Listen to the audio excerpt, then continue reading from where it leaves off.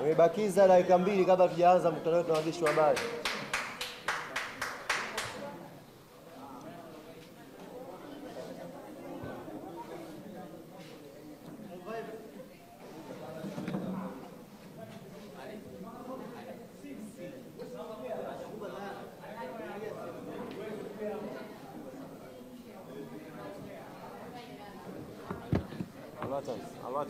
Alwatan.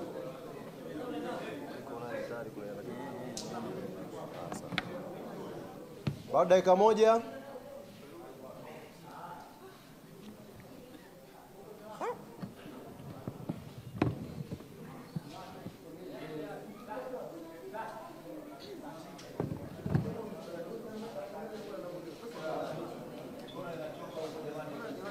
Haya. Bismillahirrahmanirrahim. Ndugu zangu waandishi wa habari, naomba utulivu wenu, na wote ambao mmeingia kwenye chumba hichi cha mikutano na waandishi wa habari, kama hautakuwa na busara ya kukaa kimya, basi ni vyema nikuombe utafute eneo lingine la kuwepo. Kwa muda huu chumba hiki cha waandishi wa habari kinatakiwa kiwe na utulivu. Mzungumzaji hapa ni mmoja, ni mimi. Kwa ningeomba pia na simu zenu ziwe silent, tuweze kulifanya jambo hili kwa haraka, tuweze kulimaliza. Fikiri kwa hayo machache tutakuwa tumeelewana, na kwa rehema zake Mwenyezi Mungu sasa nifungue mkutano huu na waandishi wa habari. Kwanza kabisa niwakaribishe sana ndugu zangu waandishi wa habari, na niwape pole kwa sababu ni short notice. Tumetangaza uwepo wa mkutano huu wa waandishi wa habari, lakini mmeitikia kwa wingi sana kuja hapa. Kwa hiyo pia niseme asante kwa kuonyesha mnajali na mko tayari kuhabarisha umma yale yote ambayo yanaendelea kwenye klabu yetu. Kubwa ambalo tumewaitia hapa siku ya leo mida hii ya jioni hapa makao makuu ya klabu yetu ya Yanga. Leo wote mmeshuhudia uongozi wa klabu ya Young Africans tukiongozwa na makamu wetu wa rais, tukiwa kwenye ofisi za bodi ya ligi ya Tanzania, na tulikwenda leo pale mahususi kabisa kwa ajili ya mkutano. Siku ya tarehe 7 bodi ya ligi kuu hapa Tanzania iliwaandikia uongozi wa klabu ya Young Africans barua ya kuwaomba kushiriki kwenye kikao, na walikiita kikao maalum ambacho kilikuwa na ajenda moja tu, kujadili yanayohusu mchezo namba 184, mchezo wa Kariakoo Derby kati ya klabu ya Young Africa na Simba Sports Club. Na katika barua hiyo bodi ya ligi walituomba kwamba ushiriki wetu ni muhimu kwa maslahi mapana ya klabu yetu, ligi kwa ujumla na mchezo wa mpira miguu hapa Tanzania. Wito huu ulikuja siku ya tarehe 7, na leo uongozi wa klabu yetu ya Yanga ukatii wito huu kwa kufika kwenye ofisi za bodi ya ligi majira ya saa 4 kamili asubuhi kwenda kusikiliza ambacho tumeitiwa. Kama ambavyo ajenda kuu ilielekeza kwenye barua, ndivyo ambavyo mwenyekiti wa bodi ya ligi Steven Mguto alifungua kikao na kutueleza sababu ya kutuita, na kimsingi alijikita kwenye kuelezea lile ambalo aliliainisha kwenye barua ya wito kuhusu mchezo namba 184 wa Kariakoo Derby. Waitaka kusikia kutoka upande wetu wa klabu ya Young Africans na sisi tusikie kutoka kwao. Kuclarify hapo, nimeona waandishi wengi, wachambuzi wengi mmeandika kilikuwa ni kikao cha maandalizi ya mechi. Si kweli. Hatukwenda kudiscuss maandalizi yoyote. Tulikwenda kudiscuss hiyo sintofahamu ya Kariakoo Derby, mchezo wa 184. Yamejadiliwa mengi kwenye kikao kile, na sisi klabu ya Young Africans tulipopewa nafasi ya kuzungumza tulizungumza mengi vile vile, kama ambavyo bodi ya ligi ilizungumza mengi pia kupitia kwa afisa mtendaji mkuu wa bodi ya ligi. Na baada ya pale tulifunga kikao kwa mwenyekiti wa bodi ya ligi kutujuza kwamba amepokea yale ambayo klabu ya Young Africans imeyafikisha na wanakwenda kuyafanyia kazi. Na CEO wa bodi ya ligi alisisitiza kwa uharaka wa ambayo tumeyasema na uharaka wa mchezo wenyewe, basi atafanyiwa kazi haraka ipasavyo na tutapata majibu kwa njia rasmi ya taasisi. Tumeondoka pale, tumefika hapa ofisini, tumemwona mtendaji wa bodi ya ligi Almasi Kasongo akizungumza na waandishi wa habari na akigusia au akielezea yale ambayo yametokea kwenye kikao kile. Jambo zuri amelifanya, lakini kwa masikitiko makubwa ambayo tuko nayo, tulifikiri kama aliamua kuyazungumza yaliyozungumzwa kwenye kikao, basi alikuwa na fursa ya kuzungumza yote. Azungumze yote ambayo yalijadiliwa kwenye kikao. Sio unazungumza kidogo, unaacha kidogo. Sasa kwa kuwa alikuwa na fursa ya kuzungumza mengi na ameyaacha, nitumie fursa hiyo kuyazungumza yote ambayo yamezungumzwa kwenye kikao. Na hatufanyi hivi kwa lengo la kushindana na mtu. Tunafanya hivi kwa sababu jambo hili lina interest ya public. Lina interest ya umma, na umma hautakiwi kupotoshwa kwenye jambo hili hata kwa bahati mbaya. Kila taarifa ambayo tunakubaliana iende public, basi iende ikiwa imekamilika. Taarifa isiende nusu au mtu usichague taarifa kwa sababu inakupendelea wewe au inakufeva ndio uitoe kwa public. Toa taarifa sahihi kama umeamua kutoa taarifa sahihi. Moja katika mambo ambayo uongozi wa klabu ya Young Africans uliauliza kwenye kikao, na ni swali ambalo wanachama, mashabiki na wapenzi wa klabu yetu wamekuwa wakijiuliza, na sio hao tu pekee, wadau wa mpira wa miguu nchi hii wamekuwa wakijiuliza, na sio hao tu pekee, hata nyie ndugu zangu waandishi wa habari mmekuwa mkijiuliza swali hili na hampati majibu. Swali gani? Ni kuhusu ripoti ya uchunguzi wa mechi ya Kariakoo Derby iliyopangwa kuchezwa Machi 8. Nini kilitokea hadi ile mechi ikaahirishwa? Hatujawahi kupata ripoti. Nyie hamjui ripoti na sisi hatujui hiyo ripoti. Ilikuwa swali la kwanza kuulizwa kwenye kikao. Ndio maana nikasema unapokuja kuelezea taarifa ya kikao ni vyema ukaelezea taarifa yote, usiguse nusu. Hapa kwenye ripoti, ndugu zangu waandishi wa habari, ni kweli bodi ya ligi wamekiri ripoti ipo na wanayo ya kilichotokea Machi 8. Na afisa mtendaji mkuu wa bodi ya ligi Almasi Kasongo akakiambia kikao, ripoti ile yako mambo ambayo yanawafanya washindwe kuisema public, ikiwemo kwa mujibu wake, ikiwemo katika ripoti hiyo inaonyesha yupo kiongozi mkubwa wa serikali ambaye ndani ya kikao walimtaja, alipiga simu geti la Benjamin Mkapa lisifunguliwe siku ya Machi 7. Nashangaa kwenye taarifa yake aliyozungumza na waandishi hajalisema hilo. Lakini ndani ya kikao wamekiri ripoti iko wazi. Kwa hiyo nitumie fursa hii kuwaambia ndugu zangu waandishi wa habari, kuwajuza umma na Watanzania kwa ujumla, ripoti ya kilichosababisha Machi 8 mechi isipigwe ipo tayari na bodi ya ligi wako nayo. Hawajakuwa na utayari wa kuja kuisema kwa sababu zao, na moja ya sababu amesema afisa mtendaji mkuu wa bodi, yupo kiongozi mkubwa wa kiserikali ambaye alizuia geti la Benjamin Mkapa lisifunguliwe siku ya Machi 7.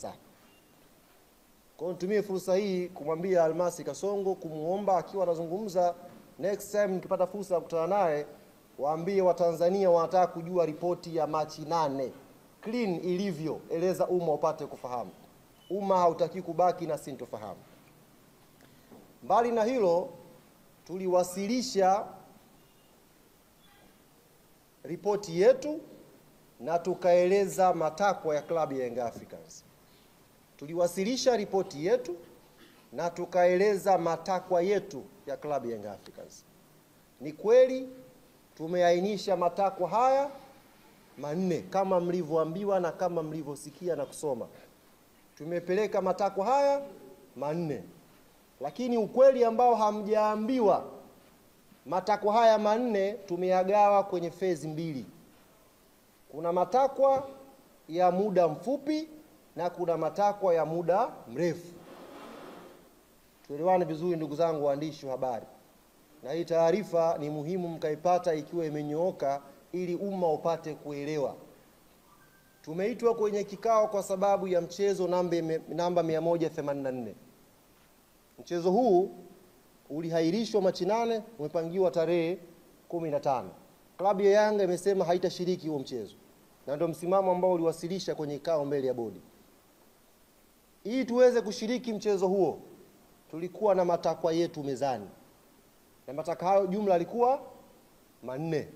Katika haya manne, ndugu zangu waandishi wa habari, matatu ni matakwa ambayo tunaamini yakitekelezwa kwa haraka, klabu yetu ya Young Africans itakuwa tayari kwenda uwanjani kwa tarehe nyingine tofauti na 15 kwenda kucheza mechi ya Kariakoo Derby. Lakini takwa moja katika hayo manne ni takwa la muda mrefu, sio takwa la leo wala kesho. Kwa hiyo asitokee mtu akawadanganya kwamba klabu ya Yanga imekuja kuomba haya, akafu katika haya kuna mchakato sijui upitie uende wapi. Ni uongo. Tumeomba matakwa manne na matakwa haya yapo kwenye phase mbili. Na barua yetu tuliyowasilisha bodi ya ligi imejielezea specific kwamba mkitekeleza matakwa haya matatu, bungi inapigwa. Ili moja ni takwa kwa ajili ya mpango wa muda mrefu. Matakwa haya manne ni yapi? Na matatu ambayo specific tumeainisha ili yafanyiwe kazi tuweze kucheza pia ni yapi? La kwanza linakwenda sambamba na la pili. La kwanza, klabu ya Young Africans imetaka kuvunjwa mara moja na kujiuzulu kamati nzima ya uendeshaji na usimamizi wa ligi kuu Tanzania. Hii ilikuwa namba moja. Kuvunjwa au kujiuzulu kwa kamati nzima ya uendeshaji na usimamizi wa ligi Tanzania. Takwa hili linakwenda sambamba na takwa la pili la kujiuzulu kwa afisa mtendaji mkuu wa bodi ya ligi, CEO wa bodi ya ligi. Kwa nini takwa la kwanza na la pili linakwenda pamoja? Na kwa nini tumesema hili likitekelezwa klabu ya Young Africans iko tayari kucheza mchezo namba 184? Kwa sababu kuhairishwa mechi ya Machi 8, tunaamini kama klabu hapakufuatwa utaratibu na palikuwa pana uvunjwaji mkubwa wa kikanuni. Hapana utaratibu uliofuatwa na kulikuwa na uvunjwaji mkubwa wa kikanuni. Hivyo tunaamini CEO wa bodi ya ligi na kamati ya uendeshaji na usimamizi wa ligi ilifanya haya kwa makusudi kabisa kwa ajili ya kuipa favor timu fulani. Sasa basi, kwa sababu watu hawa wamevunja kwa makusudi kwa ajili ya kuweka upendeleo kwa baadhi ya timu kanuni na kuhairisha mchezo wa Machi 8, Club Young Africans haitakuwa tayari kushiriki mechi hii ya 134 namba 84 kama kamati nzima ya uendeshaji na usimamizi wa bodi haitajiuzulu au kuvunjwa na afisa mtendaji mkuu pia na yeye kuondoka. Jambo la tatu ilikuwa ni kujiuzulu kwa katibu mkuu wa TFF, ndugu Wilfred Kidao. Kwa nini uongozi wa klabu ya Young Africans umeweka hili kama takwa? Ndugu zangu waandishi wa habari, hiki kilio mmekuwa mkikisikia sana. Na sio ukisikia, mmekuwa mkikiona. Kumekuwa na maamuzi ya hovyo, maamuzi mabovu kwenye michezo ya ligi kuu Tanzania msimu huu. Waamuzi wamekuwa wakifanya maamuzi ya hovyo sana. Lakini kwa bahati mbaya, waamuzi hawa wamekuwa wakijirudia kwenye mechi na hawachukuliwi hatua yoyote licha ya kufanya madudu kwenye baadhi ya mechi. Yaani mwamuzi anakosea leo, kesho anarudi, kesho kutwa anarudi, na hakuna hatua yoyote inayochukuliwa, ndugu zanguni. Sasa kamati ya waamuzi ipo chini ya katibu mkuu wa TFF. Tunaamini haya madudu yanayotokea haya, kuto kuchukuliwa hatua kwa waamuzi kwa wanaoyafanya, kuna influence yake. Hivyo na sisi hatutakuwa tayari kucheza hiyo mechi ya namba 184 kama katibu mkuu wa TFF hatakuwa amejiuzuru. Hatutakuwa tayari kupeleka mechi pale the same referees kwenye chombo kile kile, mtu yule yule, na tukapeleka timu. There is no way hilo ikatokea. Na hii nimeisema specific mpate kuielewa.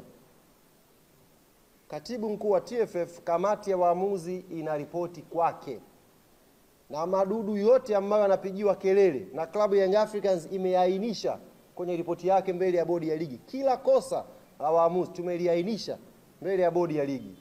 Na makosa haya, masikitiko yetu ni kwamba watu hawachukuliwi hatua licha ya kukosea. Wanarudi tu. Yaani wanarudi. Mtu anakosea leo, anapangiwa mechi Jumatano. Jumatano anakosea, anapangiwa mechi Jumamosi. Repetition hii, uongozi wa klabu ya Young Africans hauoni kama katibu mkuu wa TFF anastahili kuendelea kwenye nafasi yake, kwa sababu hakuna haki inayopatikana kwenye pitch. Hakuna haki inayopatikana kiwanjani. Ligi yetu inavyosemwa ni ligi namba 4 kwa ubora barani Afrika. Fakta ya waamuzi hauwezi kuacha kuitaja. Ili tuweze kumaintain ubora na hadhi na thamani ya ligi yetu, ni lazima tudili na hili tatizo. Na mzizi wake ni mtu anayeshughulika kupokea hizi ripoti, anatakiwa awajibike. Na mtu huyu ni katibu mkuu wa TFF, Wilfred Kidao. Sasa kwenye barua yetu, haya matatu nilowatajia, ndugu zangu waandishi wa habari. La kwanza, kuvunjwa kwa kamati ya usimamizi na uendeshaji wa bodi ya ligi. Namba 2, kujiuzulu kwa afisa mtendaji mkuu wa bodi. Namba 3, kujiuzulu kwa katibu mkuu wa TFF. Haya matatu, na kwa barua yetu tumeelekeza haya matatu yakifanyiwa kazi, haya matatu ni matakwa ya muda mfupi, tutakuwa tayari kupeleka timu. Takwa la 4 tulisema ni uhuru na mageuzi ya kimuundo ya bodi ya ligi. Na barua yetu ilikuwa very clear kwamba hili ni jambo tunalotazamia la muda mrefu. Sio kama mnanielewa vizuri. Hii ni jambo la muda mrefu. Next season huko tunaweza sasa kuanza kufikiria kuwa na bodi huru inayojitegemea, na ndiyo standard za dunia, kuwa na bodi huru inayojitegemea. Niwape mfano ndugu zangu waandishi wa habari. Kwenye press conference hiyo press alofanya CEO wa bodi ya ligi leo, nyie mlikuwa pale, amezungumza na mnaona namna gani bodi ya ligi haina power. Kazungumza, mlikuwa mnasikia namna gani amesema kuna chombo cha juu cha kuahirisha mechi. Namna gani amezungumza kuonyesha bodi ya ligi haina decision zake. Sasa sisi hii tulitoa kama pendekezo ya next season, sio kwenye kusolve issue ya Kariakoo Derby. Ieleweke vizuri na asipotoshe mtu hapa. Maana nimeona CEO wa bodi ya ligi amepiki huo kama mfano, kama mapendekezo ya Yanga ni ya muda mrefu, kwa mfano muundo wa bodi ya ligi. La kuondoka yeye hajasema. Yeye kapiki kwamba bwana mapendekezo ya Yanga ameyaleta, ukiyatazama mengi ni ya muda mrefu. Hatuwezi kuyashughulikia hapa, sio iende wapi. Matatu ya muda mfupi tumeainisha, na barua yetu ilikuwa very clear kwake yeye. Hakuna muda mrefu, very clear, ni ya muda mfupi. Tumewakilisha na tumeeleza, kwa hiyo tunafikiri haya matatu yakifanywa kazi haya mbungi itapigwa. Sasa niwaambie ndugu zangu waandishi wa habari, kama haya matatu hayatafanywa kazi, kama kamati ya uendeshaji ya ligi haitavunjwa na hawatajiuzuru, kama afisa mtendaji mkuu wa bodi hatajiuzuru, kama katibu mkuu wa TFF hatajiuzuru, klabu yetu ya Young Africans msimamo wake ni huu: hatutashiriki mechi namba 184 hatutacheza mechi zilizobaki za ligi msimu huu, 2 zilizobaki. Klabu yetu haitashiriki pia ligi kuu msimu ujao. Yaani sio kwamba ni hapa. Hatutacheza mechi namba 184, hatutacheza viporo viwili vya ligi vilivyobaki, hizo mechi 2 za ligi, na hatutashiriki rasmi ligi kuu msimu ujao. Taratibu nyingine zote zinaendelea kwa kamati tendaji. Tutakwenda wapi, tutafanya nini, tunajua cha kufanya. Na nitumie fursa hii kuwaambia wote ambao mnafikiri kwamba tunafanya mzaha, ndugu zangu, kwenye hili we are more than serious. Tuko serious zaidi ya mnavyodhani, zaidi ya mnavyofikiria. Na kama yuko mmoja wao pengine anakaa na kuwadanganya kwamba kuna pointi ya Yanga itapunguzwa, ndugu zanguni, huyo mtu aache hayo mawazo mara moja. Hakuna pointi ya Yanga itaguswa. Na kama yuko mwanaume kugusa hiyo pointi, aguse aone nguvu ya wananchi nazungumzaji. Kama yuko huyo mtu ambaye anawaambia punguzeni pointi hapa, aguse na ajaribu kugusa hata nusu pointi. Hiyo pointi 15 mbali, nusu pointi aguse. Alafu ataiona nguvu ya wananchi nazungumzaji. Hizi pointi 73 ndugu zangu tumezipata kwa jasho sana. Haikuwa rahisi Yanga kuwa kinara wa ligi sasa hivi. Kuna jasho limemwagika. Kuna fedha imetoka hapo. Watu wameingia gharama. Watu wamepata shida, wameacha familia zao kusafiri umbali mrefu kuisupport hii timu. Alafu ukae na tai useme na kata pointi. Jaribu kugusa pointi moja ya Yanga Afrika. Jaribu. Na niongezee hapa, tuonyeshe kwamba we are very serious kwenye hili. Nimeona leo imetoka taarifa fainali ya kombe la shirikisho la CRDB tarehe 28 Zanzibar. Niambie ofisi ya katibu mkuu wa TFF na tuwaambie wenye mashindano haya benki ya CRDB. Klabu ya Yanga haitacheza mchezo huo wa fainali kama hatujalipwa pesa yetu ya ubingwa msimu uliopita. Tuko very clear. Mpaka maana tumeleana kwa muda mrefu hapa. Kama hatujalipwa deni letu, haki yetu ya ubingwa ya kombe la shirikisho la CRDB msimu uliopita, Yanga haitacheza hiyo mechi, na huko pia hatuchezi. So very clear. Kama hatujalipwa hela yetu ya ubingwa, hii ni haki yetu. Msimu mzima tumeisubiri hapa, tumeshaandika barua sana. Tushaandika sana barua hapa. Sasa iko very clear, na huu ndio msimamo wa taasisi. Kama hiyo hela hatutalipa ya ubingwa, taarifa hii ifike kwa ofisi ya katibu mkuu wa TFF, iwafikie na wenye mashindano benki ya CRDB. Yanga hawatakuja Zanzibar kucheza hiyo mechi mpaka hela imeingia kwenye akaunti. Zaidi ya hapo hakuna maelezo mengine.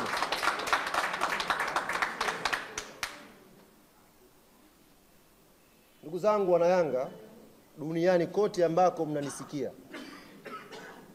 aminini msimamo huu wa viongozi wenu ni msimamo ulionyooka, msimamo usioyumba, na hayuko mwanadamu wa kutuyumbisha kwa hapa tulipofika. Tutasimamia haki yetu kwa maslahi mapana ya klabu yetu na maslahi mapana ya mchezo wa mpira miguu Tanzania. Haki yetu itapatikana, na wa kuisimamia ni sisi wanayanga wenyewe. Viongozi ambao tumewachagua kuwaweka madarakani ni viongozi ambao wamenyooka na wanasimamia kwenye haki wanayoamini klabu ya Yanga inastahili kuipata.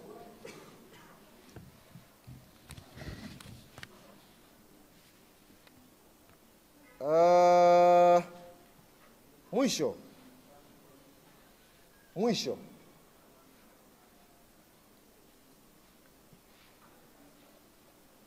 mambo matakwa matatu ya muda mfupi ambayo klabu ya Yanga tumeyapeleka bodi ya ligi kwamba yakifanyiwa kazi hayo, Yanga iko tayari kushiriki mchezo kwa tarehe tofauti na tarehe 15. Kwanza wayafanyie kazi, tukishaona amefanyiwa kazi hayo matatu, watupe tarehe nyingine. Timu itakwenda kucheza hiyo mechi, uwanja wowote ule tutakwenda kucheza hiyo mechi. Jambo la kwanza nimewaambia ni kuvunjwa au kujiuzulu wa kamati nzima ya uendeshaji wa bodi ya ligi. Namba 2, nimewaambia ni kujiuzulu kwa afisa mtendaji mkuu wa bodi. Namba 3, nimewaeleza ni kujiuzulu kwa katibu mkuu wa TFF. Hili jambo la 4 la uhuru wa bodi ya ligi ni jambo la muda mrefu. Asifanye mtu kama kichaka cha kujibia hoja zetu. Hiyo barua iko very clear na tumewasilisha kwa bodi ya ligi. Wametuahidi majibu yatakuja haraka iwezekanavyo.